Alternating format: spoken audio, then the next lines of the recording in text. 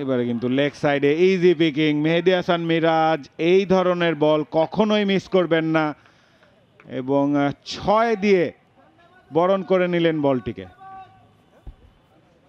আসলে বরণই করেছেন এবং সেই সাথে আরাফাত সানিও আসলেন ওনাকে বরণ করে নিতে বা কিছু একটা বলতে যে কি মারলি।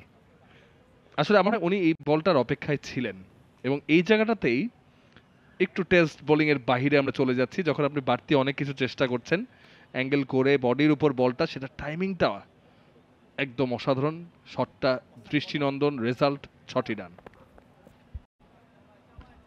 দেখেন মার্জিন অফ এরর কত মিনিমাম। এজড উইকেট কিপার এবং ফার্স্ট স্লিপের মাঝখান দিয়ে বলটি চলে গেল। টানা 7মবারের মতো বেস্ট টিস্যু পেপার ব্র্যান্ড হিসেবে স্বীকৃতি পেয়েছে বসুন্ধরা টিস্যু। ডেভেলপ হচ্ছে, এখন কিছুটা কমফোর্টেবল দেখা যাচ্ছে দুজন ব্যাটারকে ডাউন দ্য লেগ সাইড আবারও, এবং 4টি রান পেয়ে যাবে মোহামেডানের মেহেদী হাসান মিরাজ। কাট করেছেন, ও বাজে ফিল্ডিং, মিস হয়ে গেছে। এই ক্ষেত্রে ভুল না করে থাকলে ডিপে আউটসাইড এজ। আজকে ভাগ্য পকেটে করে নিয়ে এসেছেন মেহেদী হাসান মিরাজ।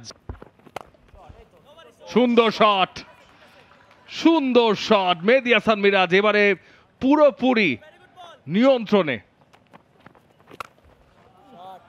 সজোরে মেরেছেন, দারুণ শট, বিশাল 6 মেহেদী হাসান মিরাজের ব্যাট থেকে। নিজের 50-র আরো কাছে চলে গেলেন, ম্যাচের 10 নম্বর ছক্কা। ফুল লেংথ ডেলিভারি ড্রাইভ করে দিয়েছেন, টাইমিং, সুন্দর টাইমিং। নাজমুল ইসলাম অপু রেসে হেরে গেলেন, বল জিতে গেল। 6-এর পরে 4, 10 রান দিয়ে মেহেদী হাসান মিরাজ তার 50 হাঁকালেন। প্রান্ত থেকে ফুল টস ডেলিভারি সুইপ করে দিয়েছেন, কোনো ফিল্ডার নেই সেখানে, 4টি রান পেয়ে যাবেন মিরাজ।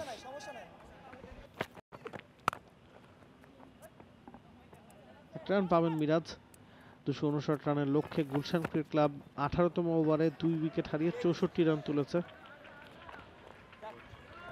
এবং ওভার থ্রোতে এই ম্যাচের পরিসমাপ্তি।